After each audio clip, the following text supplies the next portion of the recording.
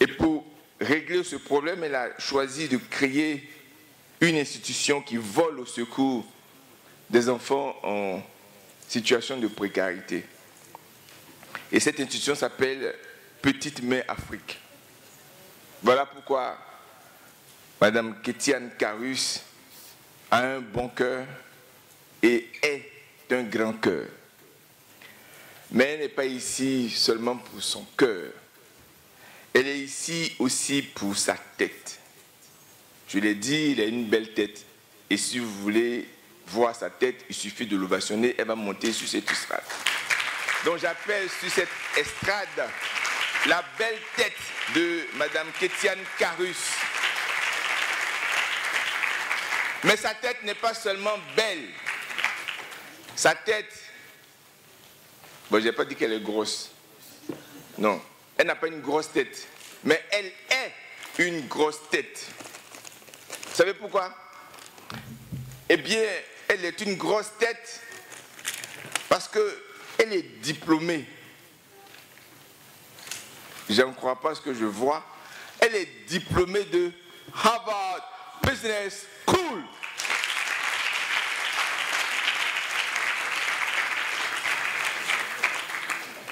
Et elle a démontré sa compétence en créant ou en fondant un groupe d'investissement qui s'appelle, j'ai pas entendu, le groupe d'investissement s'appelle Pulsar. Et aujourd'hui, elle est directrice générale de CoreLink, qui est spécialisée dans la conception, la construction et la commercialisation de biens immobiliers, entendez par là bâtiments. Voilà pourquoi c'est elle qui a été choisie pour modérer ce panel. Et moi, je vais m'effacer pour laisser toute la place à cette sommité que je vous demande d'ovationner encore une fois.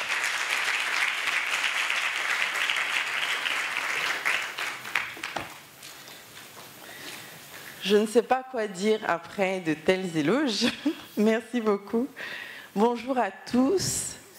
Je vais vous demander tout d'abord de vous applaudir parce qu'on est face à au moins 95% de jeunes dans la salle et ça s'applaudit.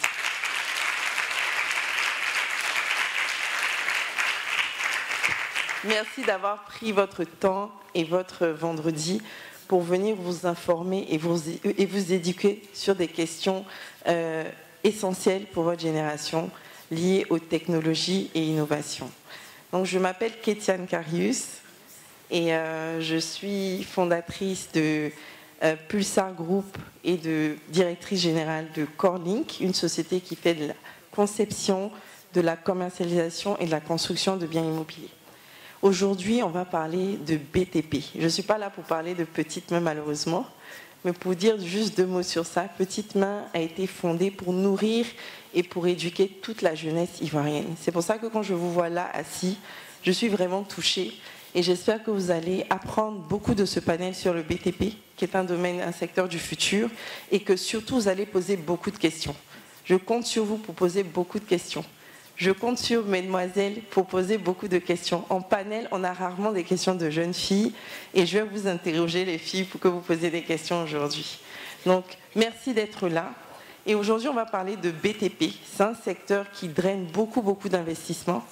Le PND donc, a levé 59 000 milliards de francs CFA sur la période 2021-2025. Et une grande partie de ces investissements-là a été allouée à la modernisation des infrastructures. Donc quand on parle d'infrastructures, on parle d'infrastructures routières, on parle également de logements sociaux et d'infrastructures publiques. Donc aujourd'hui, on va parler de toute cette modernisation-là, des défis et surtout on va aborder tout ceci avec un axe de nouvelles technologies et innovations dans le domaine du BTP. Et pour ce faire, là maintenant je vais faire la talakou de mes panélistes. Pour ce faire, j'ai 3 experts dans le domaine. La première, c'est Martine Dakouri-Tablé. J'aimerais que vous l'applaudissiez, s'il vous plaît. Martine est architecte inscrite à l'Ordre des architectes de Côte d'Ivoire depuis 2019. Elle est diplômée de l'École nationale supérieure d'architecture de Paris-la-Villette. Avec une expertise en construction durable en climat tropical humide acquise en Guyane, elle a contribué à des projets majeurs en Côte d'Ivoire, notamment dans le domaine hospitalier. Fondatrice de sa propre agence en 2021, son agence s'appelle MDT Concept. Elle est également engagée dans des initiatives sociales et architecturales comme la Maison de l'Architecture d'Abidjan. Martine Dakouritablé. Mon deuxième panéliste, et pas des moindres, c'est Mohamed Fakri. Donc Mohamed est architecte d'intérieur et architecte diplômé depuis peu. Donc c'est un de vous, il était un de vous il y a quelques années. Il a 10 ans d'expérience dans l'architecture en Côte d'Ivoire. Il est lauréat de plusieurs concours prestigieux, comme le concours Orange ou le Multiconfort de Saint-Gobain en 2019 à Milan. Donc il a dignement porté le drapeau de la Côte d'Ivoire et il a remporté le concours à Milan. Ça s'applaudit, s'il vous plaît. Il se spécialise dans des projets variés, donc dans le résidentiel, l'hôtellerie et les projets mixtes. Et la particularité de Mohamed, c'est qu'il intègre le bioclimatisme et le développement durable dans ses créations. Mohamed Fakri. Et le dernier panéliste, c'est Mamadou Diallo, qui est ingénieur en génie civil avec plus de 15 ans d'expérience. Mamadou est titulaire d'un master spécialisé en maîtrise d'ouvrage et gestion immobilière de l'École spéciale des travaux publics de Paris. Il a occupé des postes stratégiques en immobilier en France et en Afrique, notamment pour des groupes tels que la Caisse des dépôts, le CIC de Paris, Onomo Hotel, PFO Expert. Il est expert en gestion de développement de projets immobiliers et il accompagne des initiatives majeures en Côte d'Ivoire et dans la sous-région. Mamadou Diallo. Donc, on va faire un panel, on va discuter des innovations et des technologies dans le BTP. Mais si vous avez des questions, notez-les et on prendra 10 minutes à la fin pour prendre toutes les questions du public. Voilà.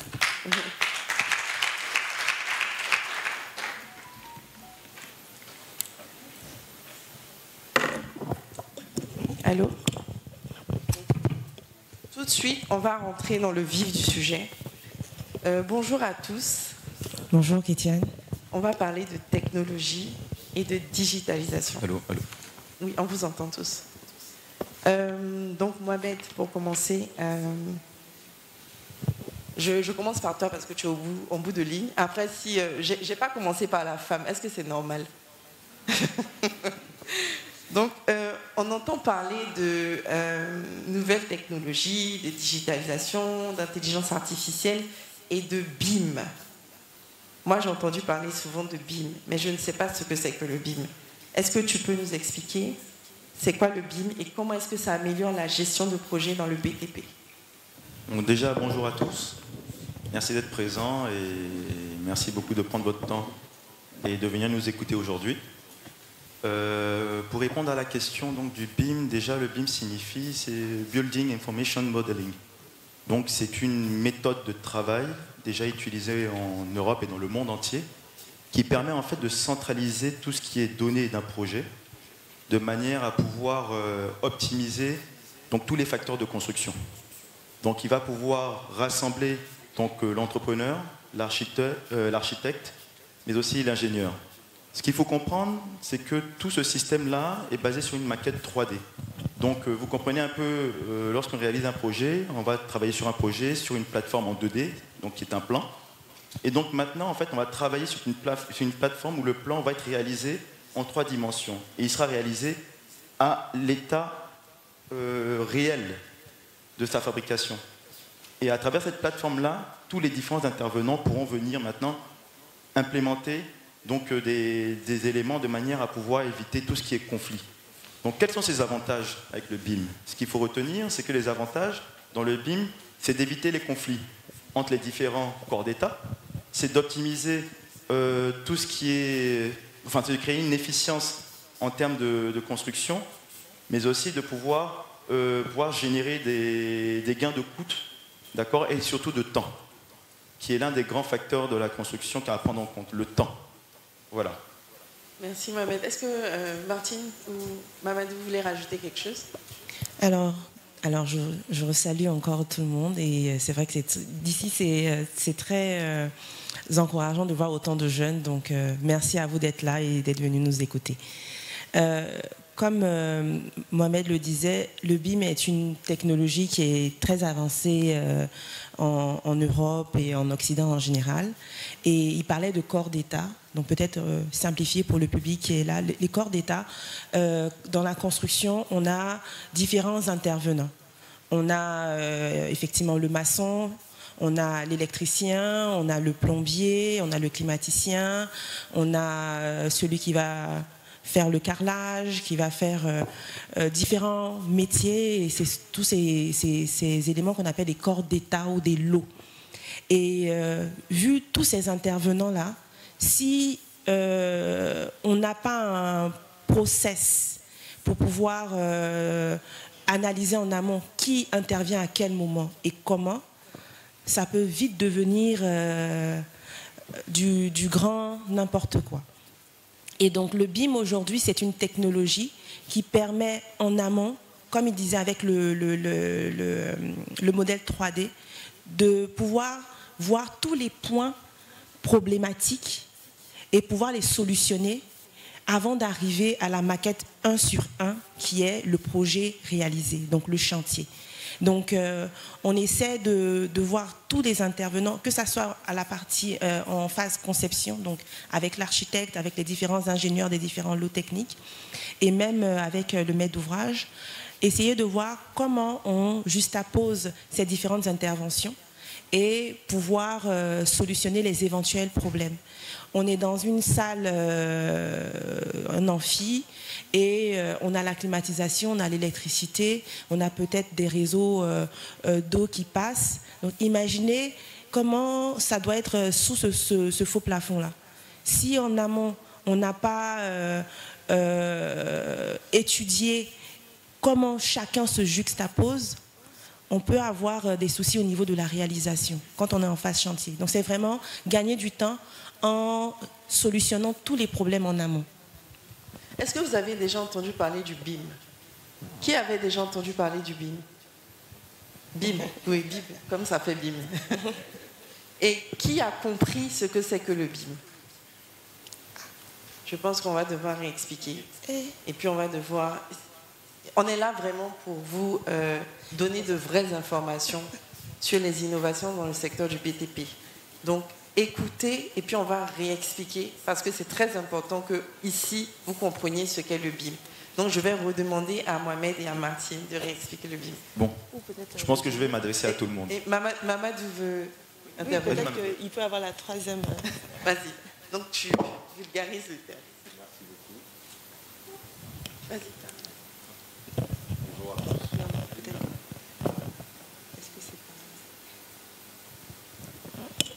Bonjour à tous. Merci beaucoup. Je suis très content d'être là. Il y a beaucoup de jeunes, ça motive. Bienvenue. Alors, le BIM, rapidement, c'est un outil 3D, pour vous faire simple. C'est aujourd'hui, c'est comme si on se projette dans cette salle directement. À partir de l'ordinateur, on voit tout ce qui se passe sur la salle en 3D. Et ça permet quoi? Ça permet aux maçons de voir comment ça se passe, aux peintres de voir comment ça se passe, aux climaticiens où est-ce qu'il va poser ses clims, à la fenêtre, là où on va poser la fenêtre. C'est quelque chose d'assez simple. C'est un modèle simple c'est un outil collaboratif qui permet aujourd'hui de réduire des coûts pendant la phase de conception, de faciliter la conception et d'anticiper les problèmes futurs. Donc, c'est un outil formidable. C'est un outil formidable de 3D. Aujourd'hui, les plans, vous voyez un plan qu'on vous montre, c'est un plan en 2D. On vous montre des lignes, mais il n'y a pas beaucoup de personnes qui comprennent ces plans. Par contre, lorsqu'on vous montre une photo, tout de suite, tout le monde arrive à se projeter. Donc, vraiment, le BIM, ça nous permet de nous projeter sur le 3D. Ça permet quoi? Simple, de faire une visite. Aujourd'hui, vous voulez acheter un appartement. Avant de regarder les plans pour essayer de comprendre, vous vous dites, avec cette image, vous êtes capable de rentrer dans l'appartement, de voir tout ce qui se passe dedans et de voir si ça vous plaît ou si ça ne vous plaît pas. Et d'anticiper les modifications, parce que c'est ça qui coûte cher après. Donc j'espère que c'est assez simple. Est-ce que vous avez compris? Oui. Qui a compris c'est quoi le BIM? Levez la main, je veux voir. Super, merci. Merci. On peut les applaudir. Ils ont réussi à vous expliquer ce que c'est le BIM. Donc, on a parlé de BIM et... On a parlé de BIM. Est-ce qu'il y a d'autres outils également qu'on peut utiliser pour faciliter la gestion de projets BTP en Côte d'Ivoire, des outils adaptés à la Côte d'Ivoire? À part le BIM, est-ce qu'il y a autre chose? Moi, je dirais, à part le BIM, il faut d'abord, pour gérer des projets, il faut que chacun gère bien ce qu'il doit faire. Déjà, à la base, c'est le premier sujet. Parce que ce qu'il faut savoir, c'est que le BIM, l'intelligence artificielle, ne vient pas nous remplacer. Parce que ce n'est pas celui-là qui va réfléchir à notre place. C'est nous qui devons réfléchir. Chacun doit bien faire son travail. Donc à partir du moment où chacun fait son travail, on a déjà gagné 50% de ce qu'il y a. Maintenant, le BIM et l'intelligence artificielle permettent d'accélérer cela. Donc c'est quelque chose qui va nous permettre d'aller vite. Mais ce n'est pas on prend une brouette, on met tout dedans et puis on se dit à la fin, avec le BIM, tout va sortir. Non, c'est vraiment quelque chose sur lequel où on a besoin encore d'intervention humaine. En parlant d'intervention humaine, dans tout ce qui est projet de BTP, il y a l'administratif. L'administratif, des fois, qui a quand même certains enjeux.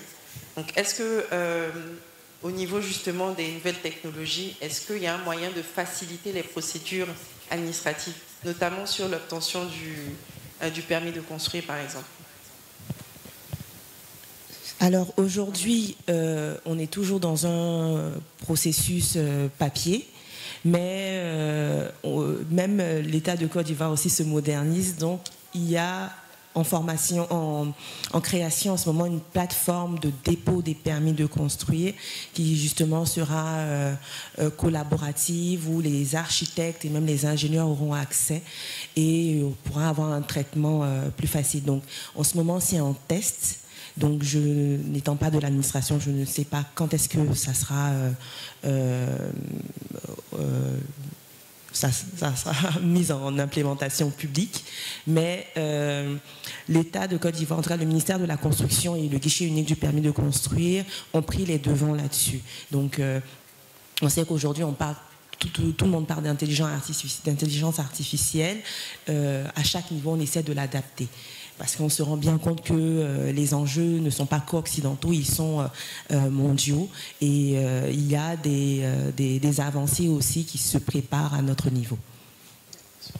En parlant là, on va parler maintenant, on va rentrer dans le concret. On a parlé de la planification du projet, de la gestion de projet. Maintenant, dans la construction, est-ce qu'il y a des matériaux de construction innovants qui sont adaptés à notre climat, qui peuvent être utilisés en Côte d'Ivoire pour notamment aider à réduire les coûts ou même aider de façon durable pour le développement durable, par exemple? D'accord. Alors, les enjeux du développement durable sont une problématique centrale aujourd'hui dans le BTP d'aujourd'hui et dans les réflexions d'avenir. Au niveau de la Côte d'Ivoire, on a un climat tropical, humide au sud et plutôt sec au nord.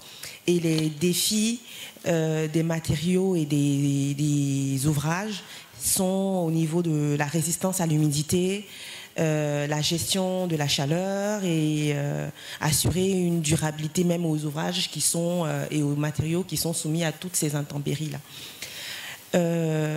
On ne va pas réinventer la roue. On a des matériaux qui existaient et qui existent partout dans le monde, comme la terre et le bois, qui ont prouvé leur efficacité et qui sont, pour la terre, par exemple, avec son inertie thermique, un bon isolant, donc qui peut à la fois servir dans le sud de la Côte d'Ivoire, en région côtière, accompagner du bois. Et même dans le nord, où on est en transition vers des climats plus secs et désertiques, ce type de matériaux-là, quand on regarde, quand on se promène un peu dans la Côte d'Ivoire profonde, on voit que ce sont des matériaux traditionnels qui sont utilisés. Ils ne sont pas utilisés par forcément manque de moyens. Je te coupe un peu la parole, oui, pour que tout le monde nous suive. Tu as dit que la terre est un bon isolant. Est-ce que tu peux expliquer ce que ça veut dire? Alors, isolant, c'est-à-dire que quand on est dans la pièce, dans une pièce qui est construite en matériaux terre, l'inertie thermique de la Terre, c'est que la chaleur du matin peut être emmagasinée et relâchée la nuit, ou inversement, la chaleur de la nuit. C'est-à-dire qu'on a une différenciation de température entre l'extérieur et l'intérieur. Ce qui fait que toute la fraîcheur de la nuit est relâchée le matin, alors qu'à l'extérieur, le matin, il fait très chaud.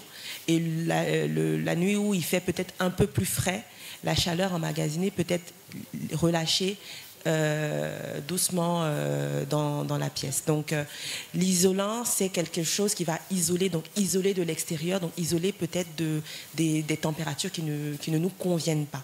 Donc, c'est des isolants thermiques ou même acoustiques. Sont, par exemple, là, si ce qu'on dit ici n'est pas entendu dehors, c'est parce qu'il y a des matériaux isolants, notamment le bois qui est un bon isolant aussi, qui permettent de contenir le bruit de cette pièce et de ne pas le diffuser à l'intérieur. C'est pareil aussi pour tout ce qui est chaleur et fraîcheur. Voilà, donc je parlais de la terre.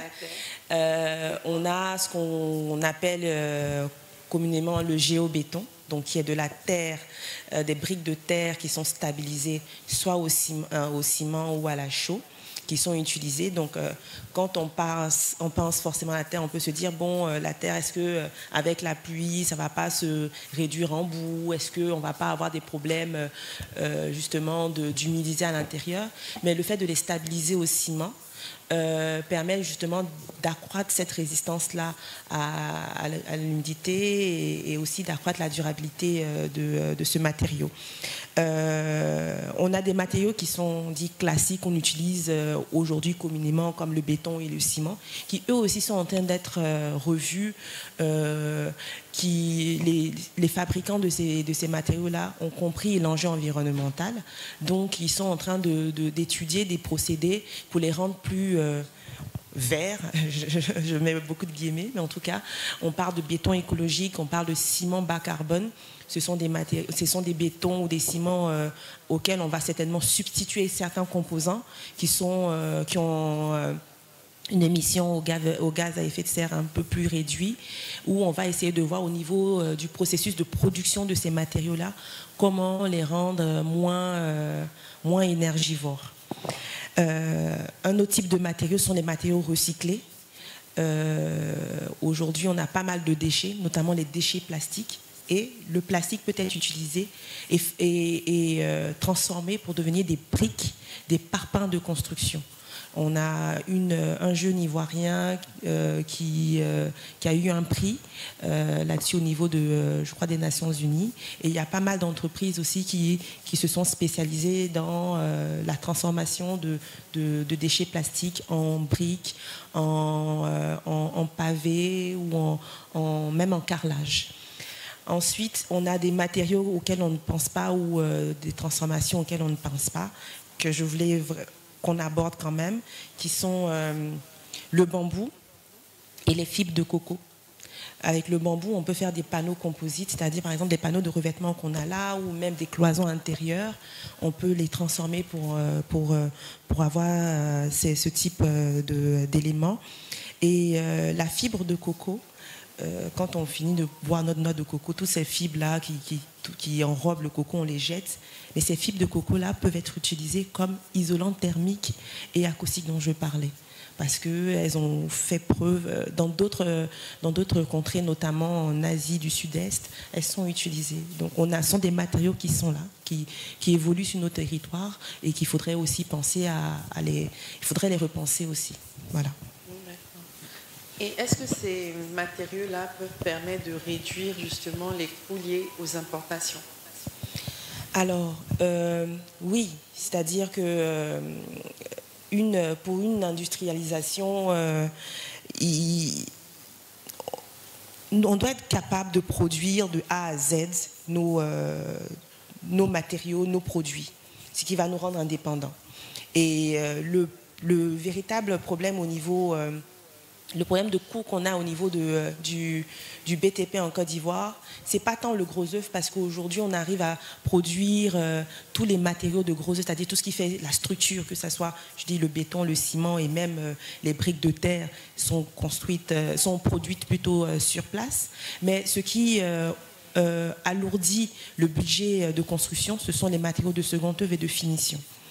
Et si on veut parler ne serait-ce que de tous les matériaux de revêtement, donc revêtement de sol, carrelage ou revêtement de mur et tout, on a des produits, des matériaux locaux tels que on a du granit, on a du marbre, si on peut parler des matériaux de luxe, on a des carrières qui sont dans le nord, qui peuvent, s'il y a des entreprises locales qui ont déjà commencé à exploiter ça, mais ça pourrait se démocratiser au lieu qu'on aille à chaque fois chercher du marbre en Italie ou dans d'autres contrées, ou même des fois même juste au Burkina au-dessus.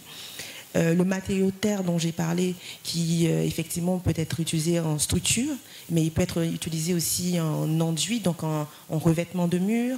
Il peut être utilisé, transformé pour devenir des revêtements durs de sol, donc comme du carrelage.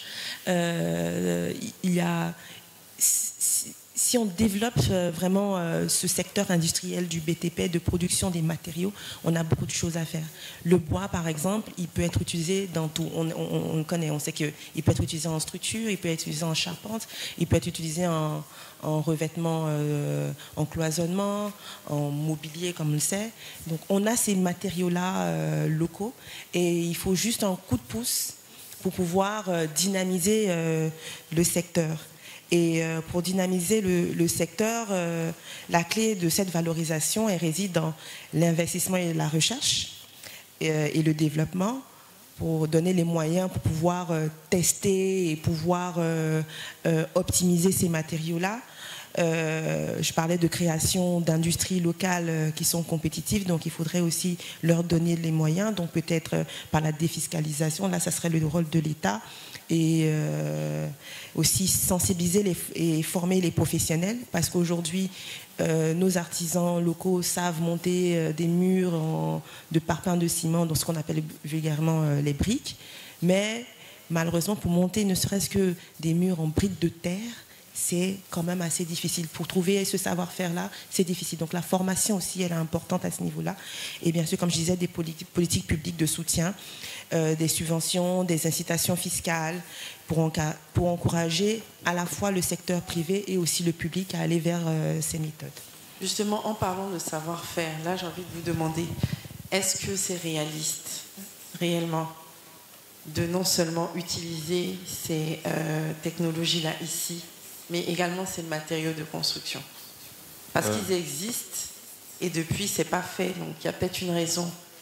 Est-ce que c'est faisable en réalité? Bon, moi je pense que oui, c'est faisable. C'est faisable, pourquoi? Parce que déjà, il faut comprendre la base du besoin. Le besoin, c'est le confort.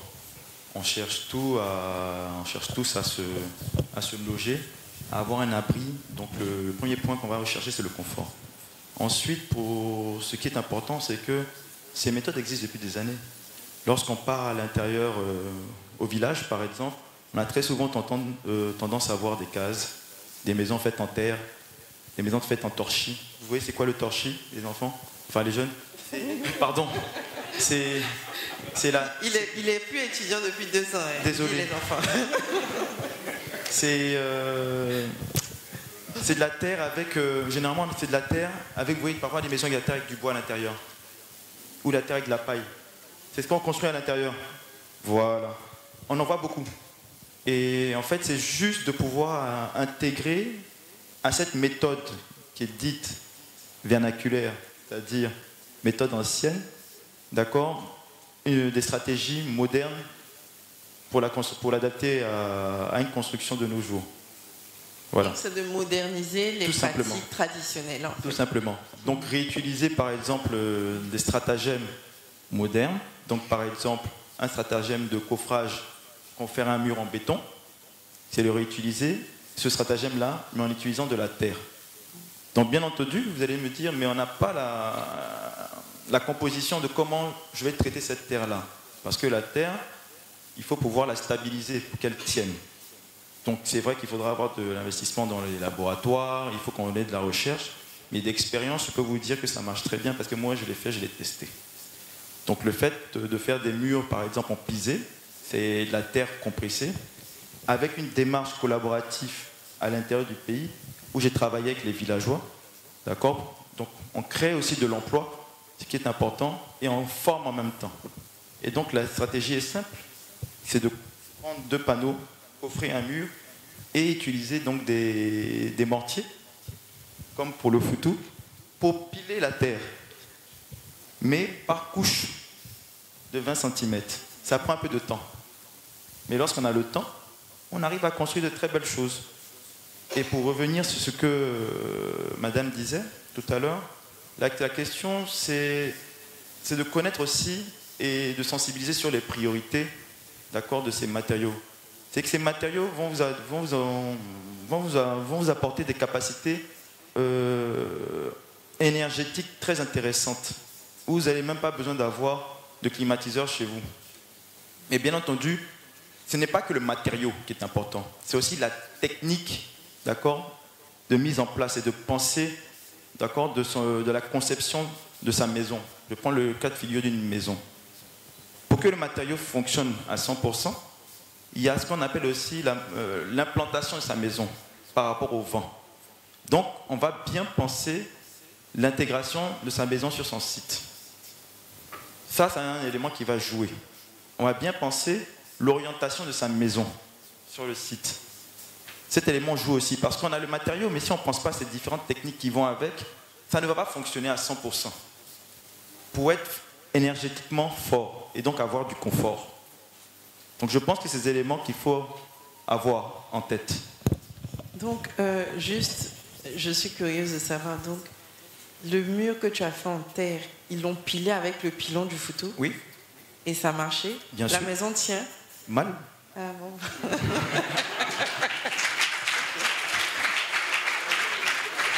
Ça tient très bien. Ça tient très bien et ça sera certainement l'un des plus beaux hôtels. Ah, c'est un hôtel. Oui, qui sera... voilà. On n'a pas dit d'aller prendre un mortier pour piler la terre, s'il vous plaît. Il y a des techniques, il y a des professionnels. Mamadou, tu voulais rajouter quelque chose? Oui, ce que je voulais dire là-dessus, c'est que nous devons d'abord féliciter nos anciens. Je voudrais vraiment qu'on applaudisse nos anciens.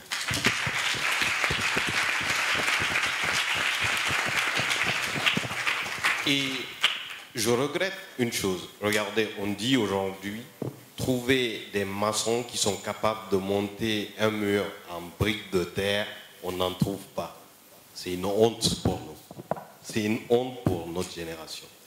C'est vraiment une honte. Parce qu'aujourd'hui, on va apprendre ailleurs ces technologies, alors que ces technologies viennent de chez nous. Vous vous rendez compte, aujourd'hui, combien de personnes ici, je vais par exemple construire une maison en briques de terre, je vais vous dire d'aller habiter. Combien de personnes vont avoir le courage d'y aller? Levez la main juste pour tester. Peut-être, vous voyez, il y a une personne. Combien de personnes habitent dans des maisons avec des parpaings classiques?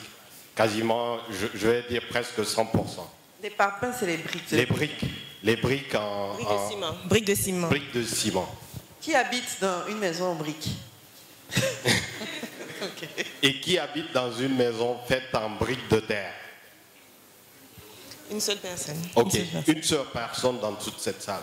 Comment on peut développer une technologie? Comment on peut se développer avec ça si nous-mêmes, on n'a plus confiance? Plus personne ne veut habiter dans des maisons en briques parce qu'ils se disent c'est pour les pauvres, c'est au village, c'est comme ça que ça se passe. Il faut oser, il faut qu'on accepte cela. La terre, qui va nous vendre la terre? Elle ne coûte rien. elle est là, elle est accessible.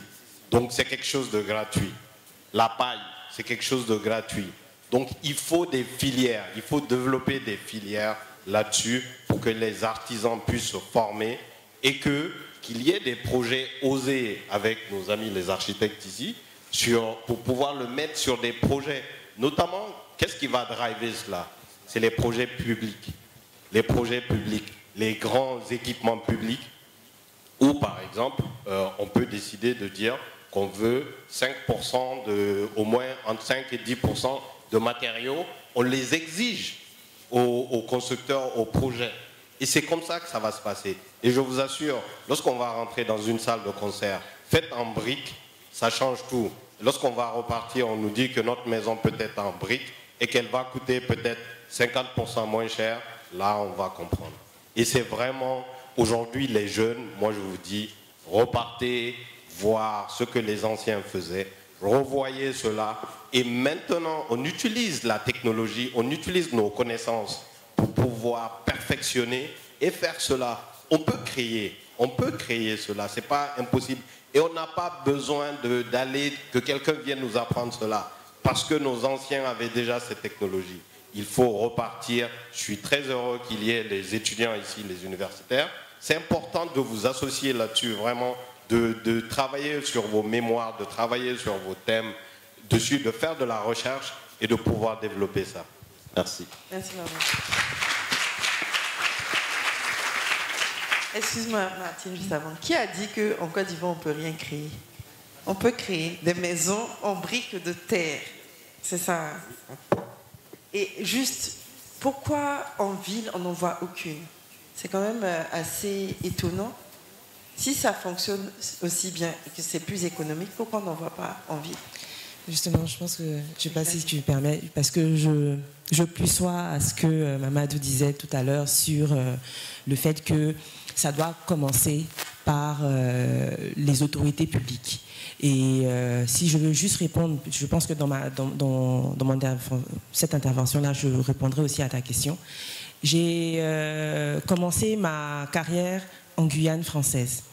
Et quand on arrivait dans quasiment tous les projets, publics notamment et après privés, il y avait l'utilisation systématique du bois. Il y avait l'utilisation systématique du bois, même si c'est qu'un revêtement de façade, mais les gens voulaient donner cette caution locale à leurs projets. Et effectivement, les projets qui ont servi d'ambassadeurs, de vulgarisation à ce procédé, c'était les projets publics. Parce que dans les projets publics, on a commencé à imposer l'utilisation du bois dans les projets. Et quand je partais, ils étaient en train d'implémenter maintenant l'utilisation de la brique de terre. Et il y a vraiment un vrai lobbying là-dessus, et qui commence par des projets publics. J'ai travaillé sur des projets publics dans des régions isolées et même en pleine ville, en capitale, sur des projets en terre et en briques. Et pourquoi on en voit? Parce qu'aujourd'hui, pas mal de dignitaires qui veulent faire des maisons dans leur village ne seront pas gênés à faire des maisons en briques de terre, mais en ville, leurs maisons devront être en ciment, avec du marbre partout et tout. Pourquoi? Il y a cette notion un peu péjorative sur la terre qui rappelle la case. Et les gens se disent, on va vivre encore, l'émancipation aujourd'hui passerait, soi-disant, par le ciment et par le béton, l'émancipation financière et par la climatisation. C'est pour ça que des personnes ne seront pas gênées à mettre la climatisation H24 chez eux. Et quand on leur dit, mais avec un matériau qui, comme Mohamed le disait, vous permet de rafraîchir l'air intérieur de votre pièce, d'être toujours au frais à l'intérieur ou de ventiler naturellement par la conception bioclimatique, de ventiler naturellement votre maison sans utilisation de climatisation, comment je montre aussi que j'ai réussi si je ne peux pas mettre le climatiseur ou avoir justement cette utilisation du ciment. Et donc on a vraiment une sensibilisation et une refonte de nos mentalités à faire. Mais c'est en voie, parce qu'on voit quand même, en tout cas nous on essaie d'en imposer dans nos projets, et on voit quelques clients qui eux-mêmes viennent en disant « moi je veux utiliser de la brique de terre ». Et de plus en plus aussi, il y a des entreprises qui se spécialisent dans la fabrication de briques de terre et dans des maisons de briques de terre. Donc le changement est en voie, mais effectivement il faudrait que les institutions publiques se saisissent et les imposent. On a l'institution judiciaire avec les centres de formation judiciaire. Je ne sais pas si quand vous quittez Abidjan Mall et que vous partez vers Bonoumin, il y a l'Institut national de formation juridique, si vous voyez, qui est en briques de terre. Et je crois qu'il y en a 2 ou 3 modèles aussi de la sorte. Donc déjà, on a une institution publique, une autorité publique qui commence à se saisir de ce sujet, et ce serait bien que ça soit implémenté jusqu'au top. Il faut peut-être sensibiliser le grand public sur le fait que la brique de terre peut être belle, en fait. C'est pas forcément que rouge. Je pense qu'on peut appliquer des peintures comme ce qu'on utilise pour le béton sur la brique de terre pour apporter justement ce design-là que tout le monde recherche. Sans même la peindre et la dénaturer, dans sa mise en œuvre, si on veut quelque chose de moderne, on peut l'avoir. On peut l'avoir. Quand vous passez devant l'Institut judiciaire dont je parle, on voit très bien qu'on a une écriture moderne, mais avec un matériau local. Et je suppose que l'hôtel que Mohamed fait doit certainement, c'est pas parce qu'il a été fait en pisé, qu'il a été fait en matériau terre, que ça veut dire qu'il est d'un autre temps, d'un autre âge. Et de toute façon, les bâtiments d'un autre temps et d'un autre âge tiennent jusqu'à aujourd'hui. Alors que c'est pas tous les bâtiments qui ont été faits aujourd'hui qui tiennent, du fait de la mise en œuvre aussi, et du matériau ciment ou béton qui n'est pas forcément plus durable et que ça. Voilà. Vous voulez rajouter quelque chose?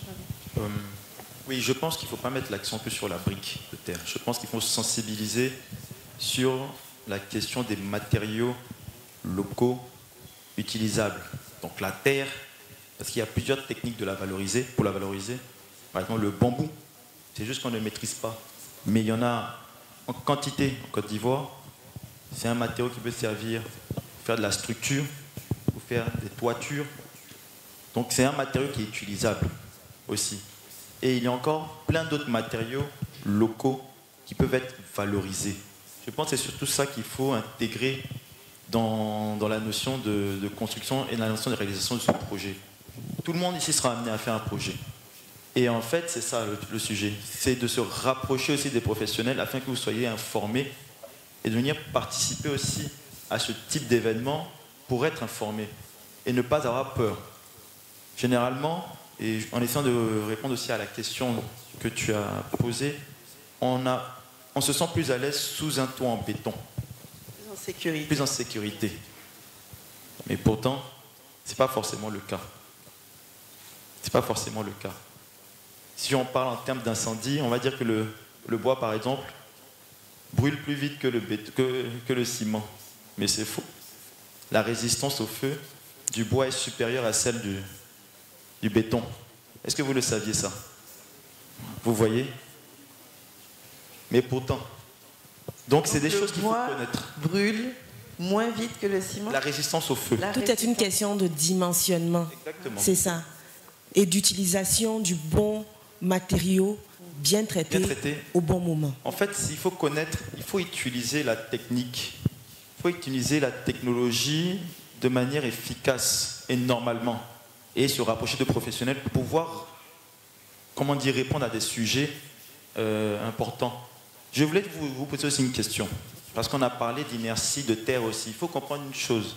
Vous savez quelle est la température de confort pour l'être humain? Est-ce que vous savez? Qui comprend la question? Vous ne comprenez pas? Il comprend la question. Ça ok. La température de confort.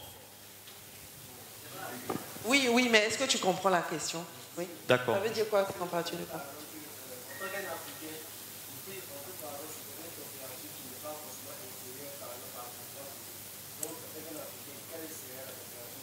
Exactement. C'est ça. On peut l'applaudir si vous voulez. Vraiment. Et donc la température de confort, c'est 24 degrés. 24 degrés, pourtant, j'imagine que tout le monde chez vous, quand vous rentrez à la maison, vous mettez votre climatiseur à 16. Puis bien fort. Vous dépensez de l'énergie, vous avez des factures qui coûtent beaucoup plus cher. Parce que, et le pire, c'est que quand vous avez des splits, d'accord, qui n'ont pas réellement d'intelligence, mais qui travaillent à foison, donc vous consommez énormément. Mais pourtant, vous n'avez pas besoin d'avoir ce confort-là. Mais si on a chaud. Alors, là, voilà. C'est là qu'intervient peut-être la construction, par exemple, avec la Terre. Comme Madame expliquait tout à l'heure, la question de l'inertie. Je vais rentrer un peu plus dans le détail de ce sujet d'inertie. L'inertie, c'est déjà, sous l'aspect de la Terre, c'est l'épaisseur. Pour pouvoir tenir avec un mur de terre, il va falloir qu'il ait de l'inertie, donc il va avoir une certaine épaisseur. Cette épaisseur, en fait, va jouer le rôle de retardataire. Parce que l'énergie, c'est une émission, c'est un rayonnement. Quand l'énergie va devoir rentrer à l'intérieur de la bâtisse, donc de la maison, le mur va jouer le rôle de, comment dire, de barrière. Et va aussi, mais va quand même traverser le mur. Donc l'énergie rentre, mais n'arrive pas à rentrer à l'intérieur donc de la maison, d'accord, tout au long de la journée. Et vous connaissez un peu le phénomène du chaud-froid. Tout le monde connaît le phénomène du chaud-froid. Vous remarquez que lorsque vous allez dans l'eau, le bas est toujours glacé et le haut est toujours chaud. C'est ça, non? Et on a toujours, il y a toujours aussi cet aspect où on observe que la chaleur est toujours, d'accord, comment dire, attirée par la fraîcheur. Donc au moment où on va dire que le rayonnement va vouloir traverser le parement, la nuit tombe. Et qu'est-ce qui se passe pendant la nuit?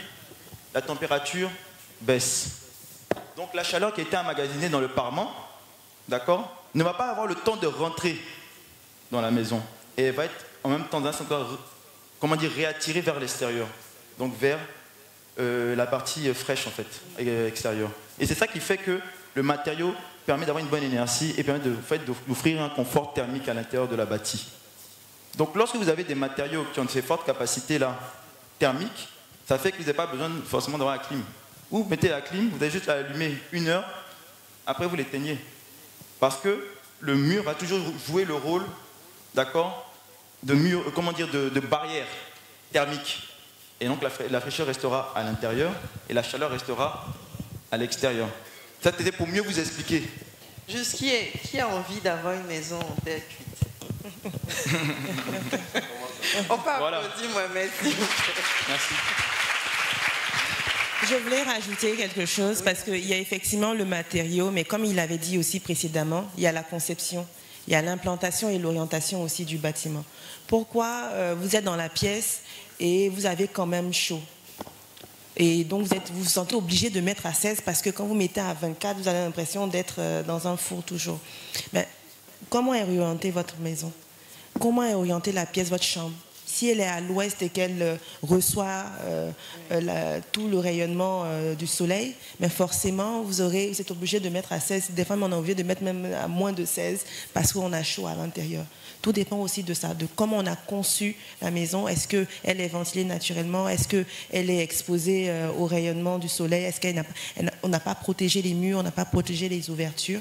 Et donc, forcément, on a chaud à l'intérieur. En fait, là, ce que vous êtes en train de dire, tous vos propos se rejoignent sur le fait qu'il faille faire appel à des professionnels en amont. C'est exactement ça. C'est inévitable. On ne doit pas s'asseoir dans son coin, dessiner sa maison et la construire. Il faut faire appel à des personnes qui comprennent l'orientation, qui comprennent les matériaux, l'utilisation de ces matériaux-là. Comprennent l'environnement. Oui. L'environnement. Ça, c'est clair là-dessus. Il faut bien concevoir, il faut faire appel aux professionnels, c'est important. C'est important, on parle de sécurité, on parle de confort, il faut faire appel à des professionnels.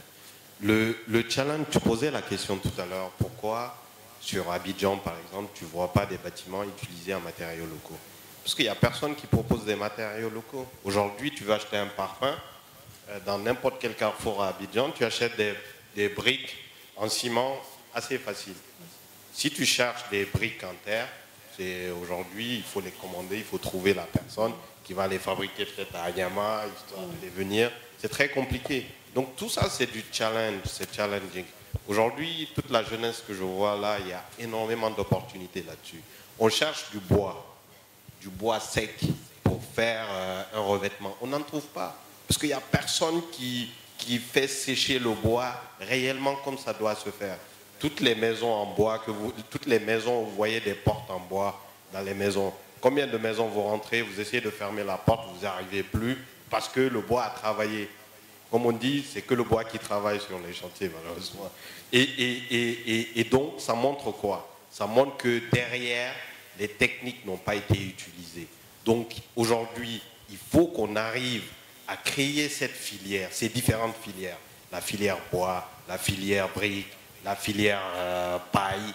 Donc, tous ces éléments doivent être faits. Moi, j'ai eu la chance de travailler sur un projet sur lequel on a fait un hôtel aussi, où on a utilisé de la brique de terre. On a fait un bâtiment R+3, 3 étages. Pendant la phase chantier, on voyait à chaque pause, tous les ouvriers s'asseyaient à côté des façades. Parce qu'on avait mis un double mur. Un double mur, c'est quoi? C'est on met une brique, on laisse un espace et on remet une autre brique. Ce qui permet à la chaleur de taper sur une brique. Comme il y a un espace d'air entre les deux, ça fait circuler l'air. Donc, cette chaleur n'arrive pas à l'intérieur. Donc, du coup, on n'a même pas besoin de climatiser ces zones-là. On était en phase chantier. Et c'était la zone la plus agréable, la plus fraîche dans laquelle il faut être. Et si vous regardez un peu nos cases, c'est pareil, les cases de nos anciens que je dis. On a toujours une première tournée, comment on appelle ça, une première façade extérieure. Ça fait un couloir, ça fait circuler l'air, ça fait aussi comme un grenier. Et après, on a une deuxième façade intérieure. Donc, ce qui fait qu'à l'intérieur, on pouvait y rester, on n'avait pas besoin de clim. Donc, c'est vraiment, on a les techniques et il faut créer ces filières. Par contre, aujourd'hui, on ne peut pas venir à Abidjan essayer de faire des briques de terre et en bricolant. On est obligé justement de se moderniser. Et c'est là où il y a tellement d'opportunités là-dessus que vraiment il y a un marché à prendre.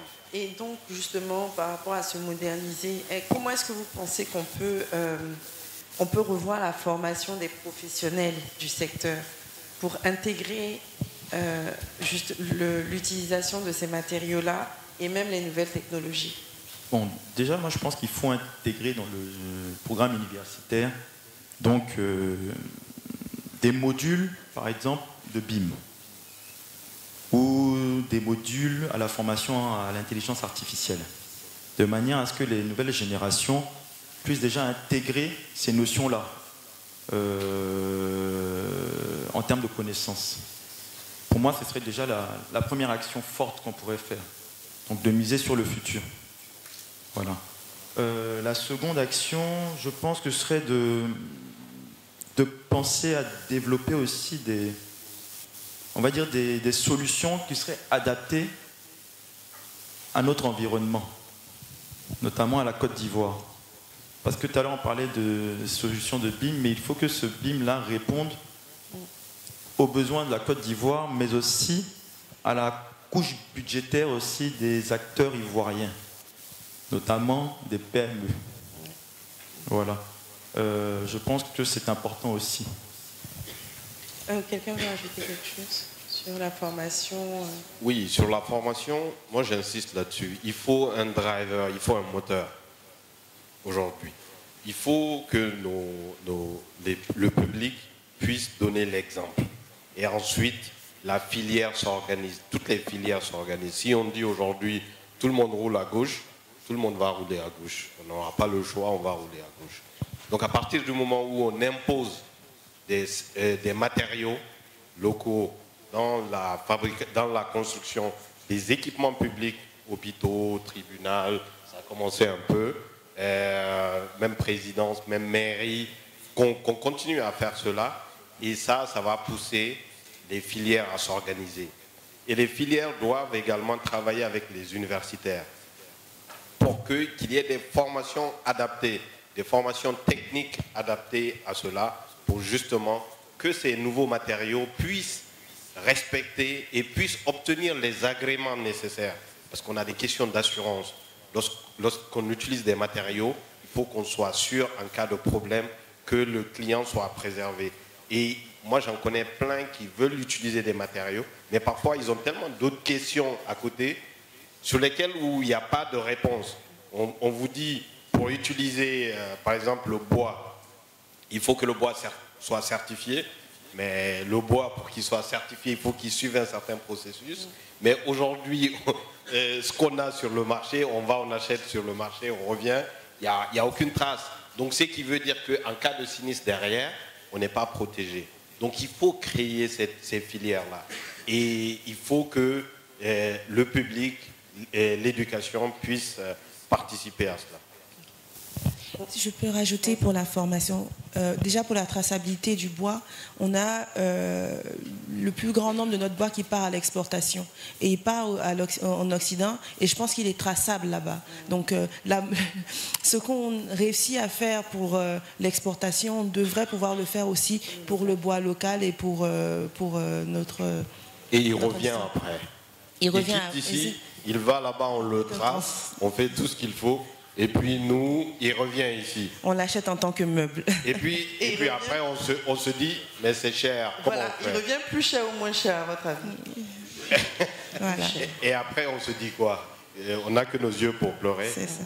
Et pour la formation, c'est vrai, vous avez parlé des universitaires et tout, mais ceux qui sont sur le chantier, c'est souvent des artisans qui... Certains ne sont même pas lettrés ou d'autres n'ont pas eu de grande formation. C'est vrai qu'il y a des écoles de formation qui existent, mais il faudrait leur donner plus de force et peut-être les démocratiser, en avoir plus. Parce qu'il y a pas mal de personnes qui finissent dans ces filières-là parce qu'ils n'ont pas pu, ou voilà, et donc qui n'ont pas le savoir-faire vraiment et qui finalement font des ouvrages qui ne sont pas forcément esthétiquement beaux ou même structurellement efficaces. Donc il y a la formation aussi des ouvriers qui devraient être, et surtout sur ces méthodes-là, qui sont des méthodes ancestrales, comme Mamadou le disait, mais on peut trouver des personnes qui peuvent toujours continuer à former dessus. Et là, on a parlé de justement ce qui se faisait avant, et là, j'ai envie que vous fassiez, on va faire une projection sur ce qui va se passer. On a parlé de nouvelles technologies, de BIM, d'IA, on a parlé de matériaux innovants, mais qui étaient en réalité des matériaux qu'on utilisait pour la plupart avant. Comment est-ce que vous voyez le secteur du BTP évoluer dans les 5 à 10 prochaines années, si jamais on arrive à intégrer tout ce qu'on vient de dire, tous ces paramètres-là? Là, on parle à la jeunesse, c'est eux qui seront les professionnels dans 10 ans, dans 5 ans même, n'est-ce pas? 5 ans. Vous êtes en quelle année? Deuxième année. Donc, dans moins de 5 ans, c'est ceux-là qui seront les professionnels du secteur. Comment est-ce que vous voyez le secteur se transformer, se moderniser, si on intègre les nouvelles technologies et également ces matériaux adaptés à notre climat? Moi, je vais faire un rêve. Je vais être Martin Luther King, on a le même prénom. Donc.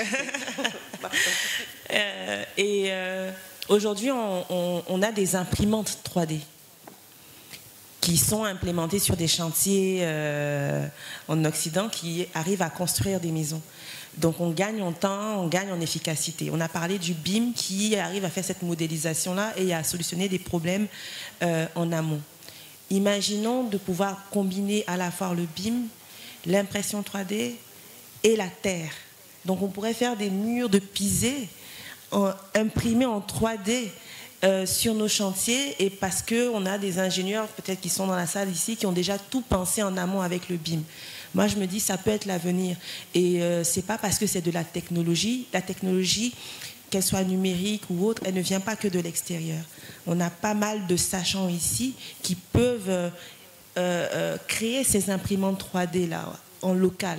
Donc, moi, c'est comme ça que j'aimerais voir le BTP ivoirien de demain, qui prend des technologies numériques nouvelles, qui utilisent des matériaux locaux et qui implémentent des maisons design modernes, innovantes. Merci, Martine. Oui, non, je veux vos rêves à tous les trois. Moi, mon rêve là-dessus, c'est de se dire, aujourd'hui, pour moi, on a deux choix. Le premier choix, c'est de continuer comme ça se fait aujourd'hui. On continue à importer, on subit et on continue à se plaindre que c'est cher. Ça, pour moi, c'est la solution facile. C'est la plus facile. L'autre solution, c'est se dire, OK, on est en Afrique, on est capable de concevoir des villes africaines. Il ne faut pas que Abidjan ou Yamoussoukro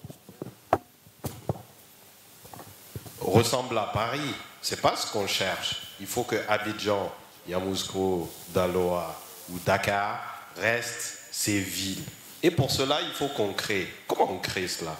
En utilisant nos matériaux locaux, en les mettant en valeur pour qu'on puisse se dire, OK, aujourd'hui, on n'a pas besoin de technologie venant d'ailleurs, on est capable de concevoir ici, d'avoir les matériaux ici, qu'on soit certifié, qu'on ait nos normes et nos réglementations, qu'on puisse les exécuter, qu'on puisse les entretenir et quitte à les exporter ailleurs. C'est mon rêve, ça, pour moi, c'est ça.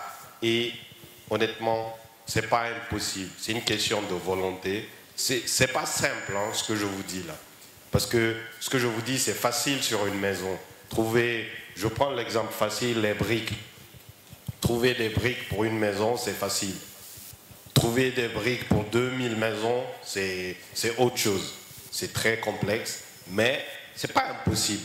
Il y a beaucoup d'avenir dessus et c'est sur ça qu'il faut qu'on y soit. Et vraiment, cette jeunesse, moi vraiment, mon rêve, c'est que vous puissiez vous prendre ce sujet en main et de faire plus que nous et d'aller plus loin. C'est ça.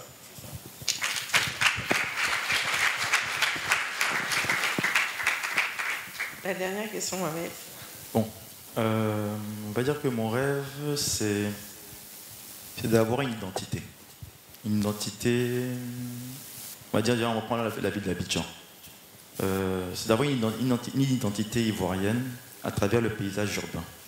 Le fait de pouvoir arriver à Abidjan et sentir culturellement qu'on arrive dans un pays qui ne ressemble pas à tout, et je ne vais pas dire ce terme, mais on va dire à tout et n'importe quoi.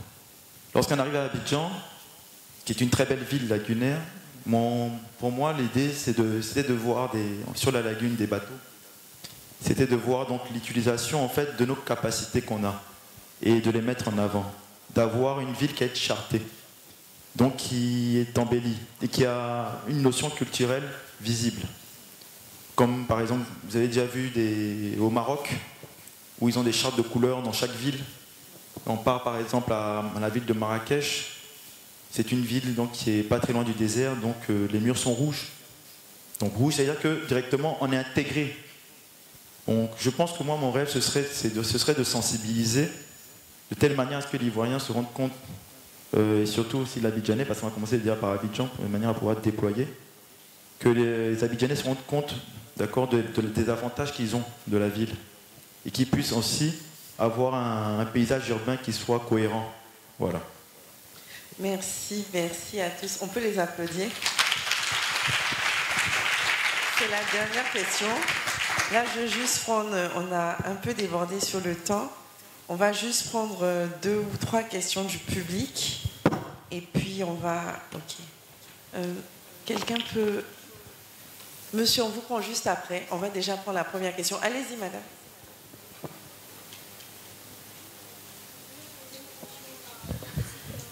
Qui parle? Attendez, il a le micro. Après, je vous le passe et je passe à monsieur devant. Le micro ne marche pas.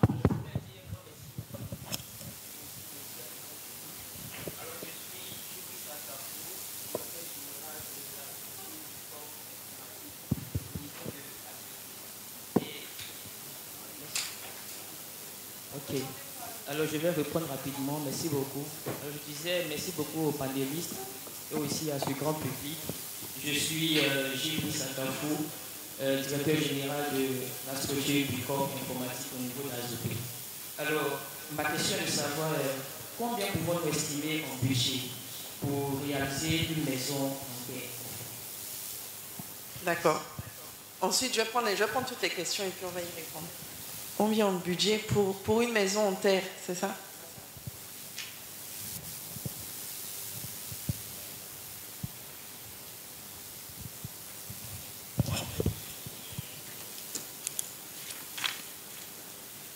Donc la deuxième question. Vous pouvez vous lever, s'il vous plaît? Merci. Ça va vous voir. Bonjour. Bonjour. Je me présente, je suis mademoiselle Léna Tella, étudiante à IPIF. Ma question est la suivante. Le secteur du BTP fait face à des défis en matière de sécurité de bâtiments, notamment le risque d'effondrement. Comment mieux sensibiliser les professionnels et intégrer les normes pour garantir les infrastructures plus sûres? Merci pour cette question. La troisième question, il y a monsieur qui est devant. Et ensuite, je prends une dernière derrière. Il y en a ici.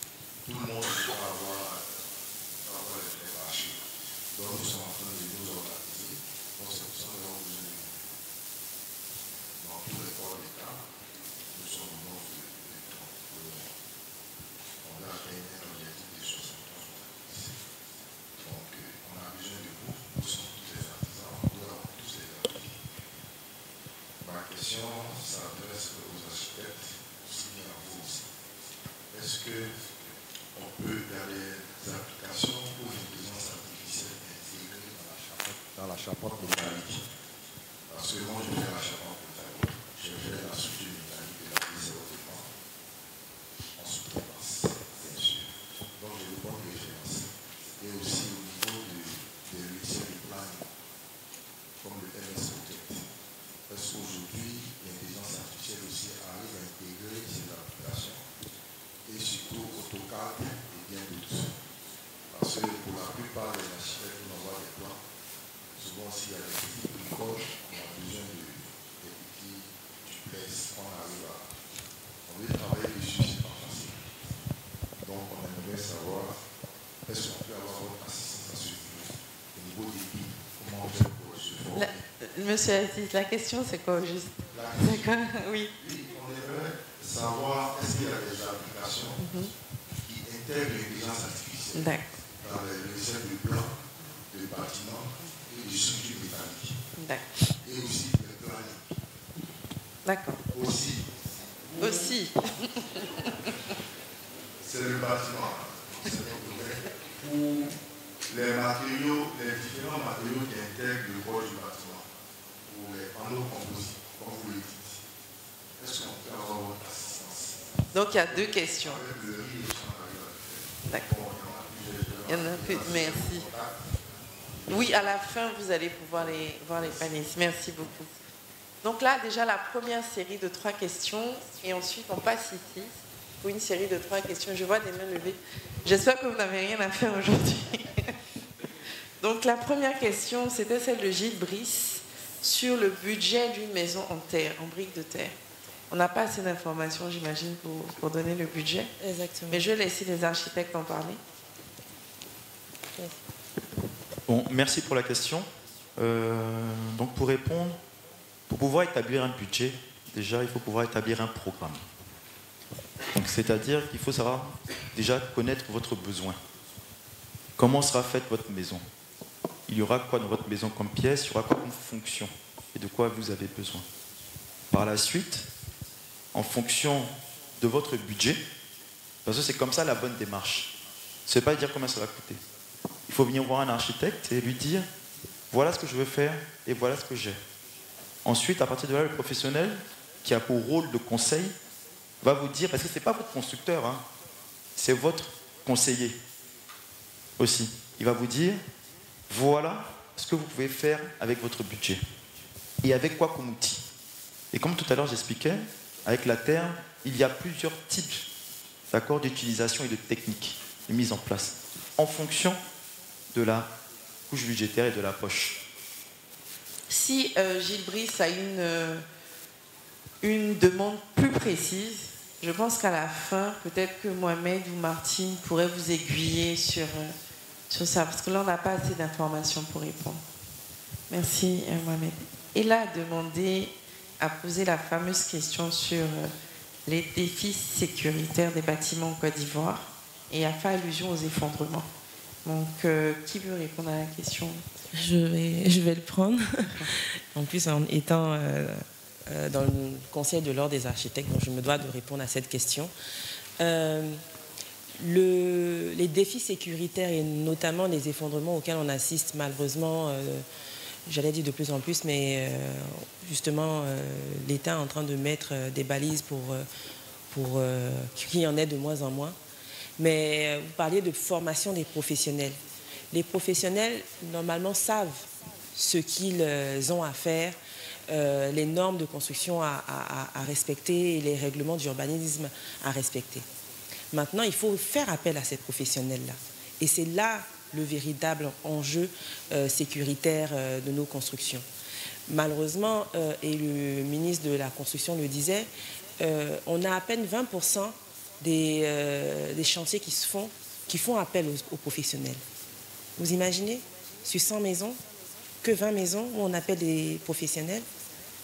Donc les 80 sont des constructions anarchiques alors. Voilà, bon, des constructions anarchiques où on consulte que les professionnels pour une partie et après on donne à des tâcherons où on s'improvise maître d'œuvre et on continue.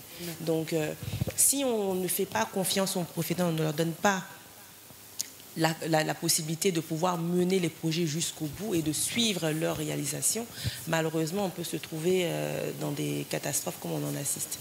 Après, pour la formation, on en a parlé déjà, hein, comment il faudrait sensibiliser. Déjà, moi, je suis heureuse qu'il y ait des jeunes parce que c'est eux l'avenir, c'est eux les commanditaires de demain, c'est eux les maîtres d'ouvrage de demain et donc les clients de demain. Si, en venant à ce genre de conférences, ils en apprennent plus sur le métier, ils se rendent compte que construire une maison, ce n'est pas donné à tout un chacun. Moi, j'aime bien faire la comparaison avec les autres métiers, professions libérales, qui sont la médecine et l'avocat. Si on doit se faire opérer du rein, on ne va pas donner à un charlatan. Si on doit se faire défendre parce qu'on a peut-être commis un petit délit, on ne va pas soi-même s'inventer avocat ou voilà. Quand il s'agit de questions vitales, on va aller voir ces professionnels-là. Ben, se loger ou en tout cas habiter dans une bâtisse, c'est aussi une question vitale parce qu'elle peut s'effondrer sur nous demain. Ou on peut être dans un environnement qui nous rend malades. On a parlé effectivement de confort, mais si on utilise mal les matériaux aussi, les matériaux peuvent se retourner contre nous et avoir des problèmes sanitaires. Donc c'est aussi une question vitale. L'architecture. Donc il faut aller voir aussi les professionnels comme on le ferait quand on est malade ou quand on a des problèmes avec la justice. Merci. On peut applaudir quand même. Et Aziz a demandé à poser 2 questions donc sur l'IA. Comment l'IA intégrerait donc les logiciels comme AutoCAD, MS Project, etc. dans la gestion de projet. Et la deuxième question, il vous demandait si vous pouviez leur donner une assistance ou une formation au BIM. C'est bien ça? Ok.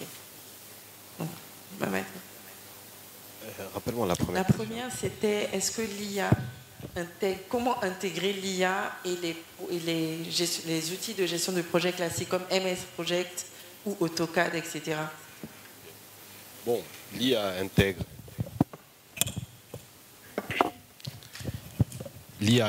déjà tous ces paramètres, que ce soit AutoCAD, MS Project. D'ailleurs, c'est pour cela qu'on arrive à produire des images plus rapidement, avec une certaine sécurité, avec une certaine précision, je veux dire. Donc l'IA intègre déjà cela. Mais comme je dis toujours, c'est pas l'IA, c'est pas la machine qui va faire tout. Derrière, il faut qu'il y ait un professionnel. C'est important qu'il y ait un professionnel derrière qui sache interpréter, qui sache, parce que la machine peut se tromper, la machine peut peut-être comprendre certaines choses et puis ressortir quelque chose qui ne correspond pas à la réalité. Donc il faut qu'il y ait un professionnel derrière qui est capable d'interpréter cela. C'est un groupement de professionnels. C'est ça. La deuxième question, c'est la formation BIM. Voilà, je pense que la formation BIM, il y a aujourd'hui plein de structures, que ce soit beaucoup plus en ligne pour pouvoir se former sur le BIM qu'ici. Mais ce que je veux vous dire aussi, le BIM, il faut voir la pertinence pour une PME aujourd'hui d'aller sur du BIM. Pour utiliser le BIM sur un projet, il faut que tout le monde utilise le BIM. Il faut que l'architecte le conçoive en BIM. Il faut que les ingénieurs travaillent en BIM. Et il faut que l'entreprise d'exécution travaille en BIM. Aujourd'hui, en Côte d'Ivoire, en Occident, il n'y a pas très longtemps que le BIM est arrivé en exécution. C'était utilisé jusqu'à arriver à l'appel d'offres. Comme vous êtes dans le domaine, je rentre un peu plus dans le détail. C'est très récent que le BIM est utilisé en exécution. Ici, jusqu'à aujourd'hui, on utilise le BIM dans la phase conception. Mais arrivé à l'appel d'offres, on donne des plans 2D et puis on donne ça aux entreprises parce qu'il y a aussi de manière contractuelle avec les entreprises. Aujourd'hui, on ne peut pas contractualiser sur un modèle BIM. On contractualise sur des plans. Donc, il faut encore un peu de temps. Il faut que les entreprises, d'abord les grosses entreprises, puissent intégrer cela. Ce n'est pas le cas aujourd'hui encore ici en Côte d'Ivoire. Et ce n'est pas qu'en Côte d'Ivoire, c'est dans la région. Mais ça va venir, mais ça va juste prendre un peu de temps. Merci. Je peux compléter. Vous parliez au début des défis que vous rencontrez en tant que PME et donc déjà je vous félicite d'avoir créé ce groupement de professionnels locaux et de sous-traitance. C'est déjà une bonne réponse face à la compétitivité du marché qui s'internationalise, qui se globalise, qui se mondialise. Ensuite, c'est bien aussi de penser, même si, comme Mamadou le disait, les grandes entreprises n'ont pas encore fait le move, mais c'est bien vous, en tant que petite entreprise déjà, de commencer. Parce qu'il va falloir que vous trouviez une spécification, une spécialisation qui va faire que vous serez incontournable. On sera obligé de passer par vous. Si vous êtes en tant que petite entreprise et que vous êtes déjà en train de vous former sur ces logiciels innovants, ces méthodes innovantes, ou même sur des matériaux locaux, du coup, vous devenez prescripteur, vous devenez un incontournable du secteur. Et même les internationaux, quand ils viendront, ils seront obligés de faire avec vous. Donc c'est aussi très important de trouver comment vous allez pouvoir vous démarquer dans le secteur. C'est bien, l'union fait la force. Donc moi, je vous félicite pour cette démarche-là. Mais trouvez aussi comment vous allez pouvoir vous démarquer. Parce qu'on est malheureusement dans un monde qui va de plus en plus vers la mondialisation. On espère qu'eux, ils viennent chez nous aujourd'hui. On espère que demain, nous aussi, on pourra aller chez eux. Et est-ce que, par hasard, est-ce que la Chambre de commerce ne ferait pas des formations sur le BIM? Bon, peut-être, mais de manière ponctuelle. Mais pour moi, dans les écoles aujourd'hui, c'est là-bas où on peut avoir ça en forme sur du AutoCAD, sur du Revit. Et le BIM, c'est le next step de cela. Donc, là, je ne vais pas pouvoir prendre 3 questions. Juste pour la question là, sur le BIM, je sais que j'avais vu des annonces de formation sur Facebook. Donc peut-être qu'en recherchant, il y a des formateurs, il y avait des formateurs togolais ou béninois qui étaient venus en Côte d'Ivoire et qui font souvent des sessions, mais il y a pas mal d'annonces de formateurs. Alors, quelle est vraiment leur réelle compétence, je ne saurais vous dire, mais je sais qu'il y a pas mal d'annonces de formation sur Facebook sur le BIM. Merci Martine. Alors j'ai une question avec le monsieur qui a le micro et ensuite je prends une question des étudiants. Allez-y monsieur. très chers panélistes, merci pour la qualité de votre intervention. Je suis Jean-Baptiste Renonce, directeur des études au sein de la Polytechnique catholique IPIF-UF. Mon intervention se situe à deux niveaux. Primo, on m'avait parlé de mettre le climatiseur à 24 pour être sensible. C'est très bien. Vous savez, nos maisons sont déjà construites. Qu'est-ce qu'on fait? C'est la question, qu'est-ce qu'on fait? Parce qu'en réalité, c'est bien de mettre à 24, mais comme vous l'avez signifié, même à 24, on sent encore la chaleur. Qu'est-ce qu'on fait? C'est la question. Et tout à l'heure, une de mes étudiantes est venue sur la sécurité. On parle d'intelligence artificielle. De plus en plus, on parle d'utilisation de matériaux vraiment intelligents. Et est-ce que, je dis, est-ce que les méfaits, ou bien le volet néfaste de l'utilisation des nouvelles technologies, c'est le fait de ne pas intégrer, selon moi, je dis, c'est la question, les études d'impact environnemental, économique, écologique et social. Parce que je le dis, pour construire, il faut tenir compte aussi de ces études-là. Et quand on ne tient pas compte de ces études, on assiste à ce qu'on appelle des effondrements d'immeubles, ainsi de suite. Donc, est-ce que l'intelligence artificielle intègre aussi les études, il veut dire les études avant construction? Merci bien. Merci. Je vais prendre. Il y a le monsieur au milieu. Il y en a. Ah, je veux une jeune fille. Non, mais. Ok, je peux encore en prendre deux. Okay. Je vais prendre le monsieur au milieu et la jeune fille. Et puis, oh.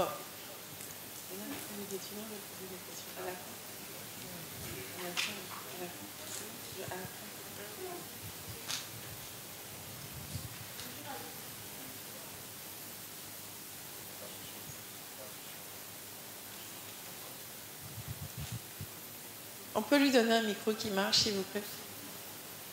Vous parlez fort, comme ça on peut vous entendre.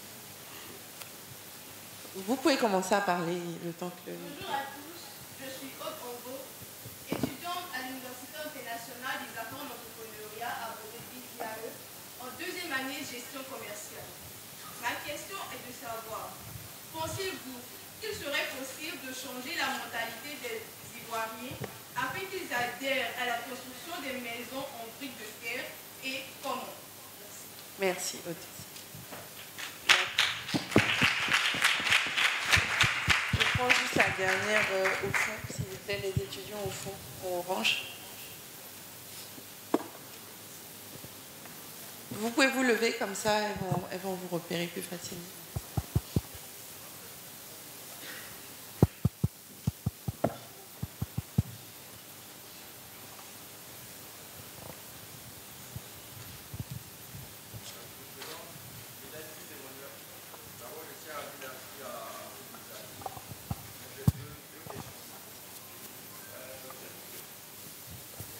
Vous avez parlé de beaucoup de choses. On va prendre une question.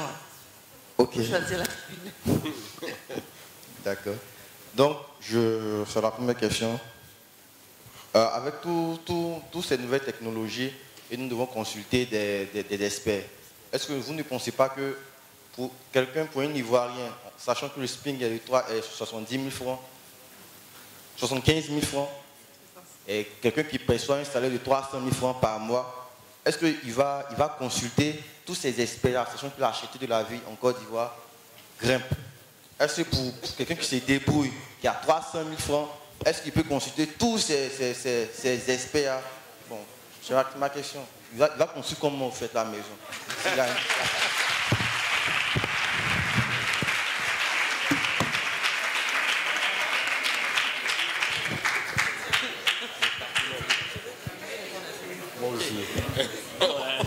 Je pense qu'on va répondre à la dernière question d'abord. Je commence? Oui, vas-y. Alors, on commence par la dernière question. Bravo pour cette question. Alors, par rapport à cela, ce qu'il faut noter, c'est qu'aujourd'hui, il y a des programmes de logements sociaux qui sont prévus. Et ces logements sociaux sont censés justement, comment on appelle ça, adressé à des logements pour toutes les personnes qui ont des revenus moyens et faibles. Donc, ce qu'il faut noter, c'est qu'il y a un programme qui a été initié, par exemple, en Côte d'Ivoire, en 2000, je pense que c'est 2011-2012, de 100 000 logements. Et ces 100 000 logements, c'est des logements sociaux et économiques. Et là, ce n'est pas quelque chose où on construit soi-même sa maison. On achète une maison dans un programme immobilier. Donc, il y a eu plusieurs prix et il y a eu des méthodes de financement. Pour pouvoir adresser à cela, il faut la construction, il faut du financement pas cher et il faut de la quantité pour faire cela. Donc c'est possible d'adresser cela à cette population. Cette population, elle n'est pas laissée sur le truc.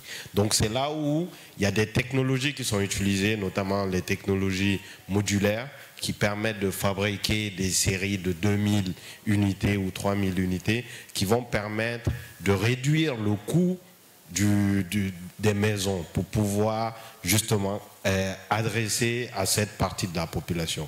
Donc c'est possible. C'est un peu ce que j'allais répondre, c'est que on peut faire l'analogie avec le domaine du textile et de la couture. Si on veut aller, on va avoir un couturier pour pas du prêt-à-porter, mais du sur-mesure, ça va toujours coûter plus cher que si on part dans un grand distributeur ou qui standardise sa méthode de production, où on peut avoir du prêt-à-porter. Pour les populations justement à faible revenu, c'est pour ça qu'il existe, l'État normalement doit se saisir de cette problématique pour fournir un toit à tout le monde. Donc c'est pas quelqu'un qui, comme vous dites, qui se débrouille, qui gagne à peine le SMIC, ne peut effectivement pas aller voir ces professionnels-là individuellement pour qu'ils puissent construire sa maison. Mais ces professionnels, normalement, sont impliqués dans des promotions, des productions de masse, des promotions immobilières, et ceux-là vont concevoir des logements, même si c'est une grande quantité de logements, mais des logements qui seront adaptés à tous les Ivoiriens. Donc, on est censé aller vers ces logements qui sont censés être à bas prix. Après, on est conscient que la réalité n'est pas toujours là, mais c'est une politique de l'État et c'est à l'État justement de faire le travail pour rendre accessibles les logements à tous. Ceux qui ont un revenu déjà moyen ou aisé, surtout ceux qui sont aisés, pourront aller voir individuellement, mais les programmes immobiliers sont là justement pour répondre aux besoins de tous. On n'a pas forcément besoin non plus aussi d'acquérir une maison. De toute façon, aujourd'hui, avec la génération Z et tout, les gens sont de moins en moins dans l'acquisition, mais on cherche tout ça. Même si on ne veut pas acquérir, on veut quand même se loger. Donc, que ça soit par la location ou par l'acquisition, les professionnels doivent être impliqués. Et si individuellement vous ne pouvez pas, il faut faire en sorte, en tout cas, demander aux promoteurs de le faire, parce que c'est aussi eux qui construisent pour le grand nombre. Ceux-là doivent passer par des professionnels pour ne pas livrer des logements qui ne sont pas dignes en fait des Ivoiriens. Donc c'est à eux aussi que moi je voudrais m'adresser, parce que c'est eux qui conçoivent pour le grand nombre. Eux aussi doivent venir voir, doivent impliquer les professionnels dans leur conception et dans la réalisation de ces logements, pour qu'ils soient dignes, qu'ils soient respectueux de l'environnement, qu'ils soient confortables et que tout le monde se sente à l'aise. Voilà. Merci. Chris Emmanuel n'a pas l'air satisfait de vos réponses, n'est-ce pas? On va passer à la question de Jean-Baptiste qui parlait de la clim à 24 degrés et qui disait que là, il a déjà une maison. Donc, comment est-ce qu'il peut améliorer ce qu'il a déjà et ne pas mettre la clim à 24 degrés? C'est bien ça. D'accord. Monsieur Jean-Baptiste, bonjour. Vous avez une maison? C'est une villa? D'accord. Vous avez du jardin autour de votre maison ou vous n'avez pas de jardin? C'est une cour? C'est une cour avec carrelé? D'accord. Et j'imagine que votre mur de clôture, il est haut. Vous allez monter ça bien haut, à cause de la sécurité. Pas trop haut, mais en tout cas, c'est au moins la hauteur de la maison. Voilà. Bon, déjà ça là, si vous baissez un peu votre clôture, vous cassez un peu votre cour, mettez un peu de jardin, il fera déjà moins chaud. Ça, c'est le premier sujet.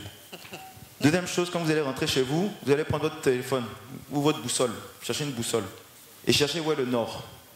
D'accord? Ce qu'il faut savoir, c'est que ce qu'on appelle les vents dominants en Côte d'Ivoire sont principalement dans deux sens. Donc c'est du sud-ouest au nord-est et dans l'autre sens. Donc vous allez regarder votre maison et puis vous allez voir où sont vos fenêtres. Donc les ouvertures. D'accord? Et en fonction de ça, si vous avez par exemple ces fenêtres dans ce sens-là, mais vous n'avez par exemple pas la possibilité de créer un courant d'air, vous allez créer une ouverture dans l'autre sens aussi. D'accord? Dans votre maison. Pour pouvoir créer le courant d'air. Il fera moins chaud. Et ensuite et enfin, vous allez regarder l'orientation. Par rapport à cette même orientation, vous savez que le soleil se lève à l'est et se couche à l'ouest. D'accord? Ça veut dire qu'il fait plus ou moins chaud à partir de 11h, 10h30, 11h, jusqu'à 16h30, 17h. C'est ça, non? Voilà, dans une courbe sud, parce qu'on est en hémisphère sud. Donc la courbe va tourner comme ça. Il faut bien expliquer, Mohamed. Oui, la courbe sud, c'est comme on est en bas. On est en hémisphère sud, le soleil va tourner selon une courbe sud. Il ne va pas couler vers le haut, mais plutôt vers le bas, mais en allant de l'est jusqu'à l'ouest. D'accord? Donc ce que vous allez chercher à faire, c'est que si vous avez des ouvertures, d'accord, donc des fenêtres, dans cette direction-là, vous allez chercher à vous protéger. Donc mettre des claustras ou soit fermer ces parties-là, pour pas que le rayonnement solaire qui est le plus fort rentre trop dans votre maison. D'accord, non? Donc ça fait que vous allez vous protéger du soleil sur les parties les plus chaudes et vous allez vous ouvrir sur les parties les moins chaudes, en captant le plus de lumière et en captant de la ventilation naturelle. À partir de là, vous allez plus mettre la clim. Et quand vous allez baisser votre clôture, parce qu'elle est trop haute, ça fait que le vent ne passe pas. Donc au moins le vent va passer. Et pour la sécurité, mettez des grilles. Comme ça, vous avez la sécurité et le vent passe. Et quand vous allez mettre un peu de plantes, des arbres, il y aura de l'ombre. En gros, pour résumer, venez voir un professionnel, même si votre maison est existante, on aura toujours des solutions. Pour pouvoir améliorer votre confort à l'intérieur. Vous avez vu qu'il allait à l'école, hein? La deuxième question de Jean-Baptiste, c'était sur les... J'ai pas trop compris. L'IA, est-ce que si l'IA intègre les paramètres en amont, il y aura moins d'effondrement, c'est ça? Il a demandé si on intègre les paramètres d'IA dans la conception du projet et pas dans l'exécution, est-ce que ça peut réduire le risque d'effondrement? Ouais, en fait, comme Mamadou le disait, l'intelligence artificielle, ce n'est pas vraiment la solution miracle, ce n'est pas le génie qui va venir tout révolutionner. Il faut que les êtres humains qui sont en charge du projet, eux, pensent à tout ça. Pour les études d'impact environnemental et social, elles existent. Elles existent pour des grands projets. Quand on veut faire une promotion immobilière, normalement, on fait une étude. Quand on veut faire un hôpital, quand on veut faire vraiment une tour, on fait ces études-là. Pour une maison, effectivement, on en fait moins parce que on estime que, généralement, si elle est faite dans une zone résidentielle, en amont, elle a déjà été pensée.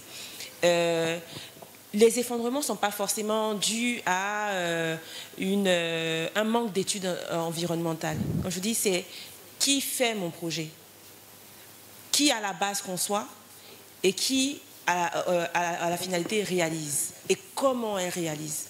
On a eu malheureusement un immeuble où il y a eu juste l'effondrement a été, ça c'est il y a plusieurs années, je crois il y a une décennie, l'effondrement a été dû par le mauvais emplacement des fers à béton dans la dalle. Donc on est en balcon, ils ont mis l'implantation des fers à béton en bas alors qu'il fallait, comme c'est un porte-à-faux, il fallait le mettre en haut pour la flèche, pour être dans la technicité. Mais ce sont des personnes qui ont été habituées à faire quelque chose et qui l'ont implémenté comme ça machinalement et finalement on se retrouve par un balcon qui tombe. Donc si on va voir des personnes qui savent le faire, elles le feront bien. Voilà, donc c'est vraiment le problème principal, malheureusement, il est à ce niveau-là. Merci, merci Martine.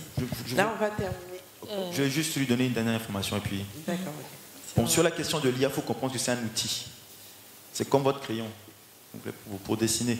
Et c'est juste un outil intelligent qu'il faut challenger pour pouvoir avoir des réponses. Voilà. Donc je pense que non, ne pensez pas ça. L'IA va juste faciliter le fait de pouvoir... créer vos dossiers, vos plans, ce genre de choses. Mais l'IA ne va pas même faire le plan pour vous. C'est pour ça que vous avez toujours, l'homme sert toujours à quelque chose, pour moi en tout cas dans ces domaines-là. Et pour la question des effondrements, ce qu'il faut prendre en compte réellement, c'est que c'est sur toute la chaîne. Ça peut être du maître d'ouvrage, c'est-à-dire vous, qui êtes le client, d'accord, qui va donner l'ordre. Ça peut être votre architecte qui a mal conçu. Ça peut être votre ingénieur qui a mal pensé. Mais ça peut être l'exécutant ensuite sur le chantier, le maçon qui a mal travaillé et qui n'a pas respecté ce qui devait être fait. Donc c'est juste une question de contrôle et de formation. Il faut que tous les professionnels qui interagissent soient réellement des professionnels et non des bricoleurs. Voilà, c'est tout. Merci, merci Mohamed.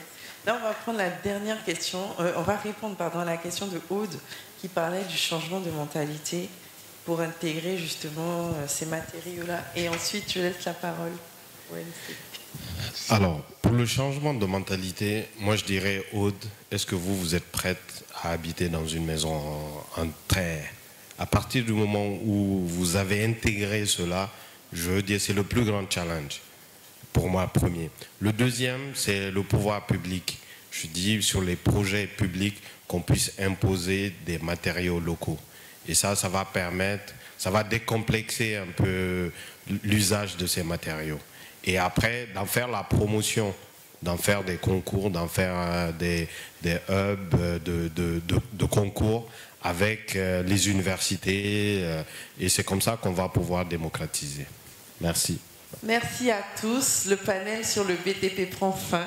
Merci de votre patience et de vos questions. Donc nous allons profiter de ces instants pour faire la photo avec les panélistes et Madame la modératrice.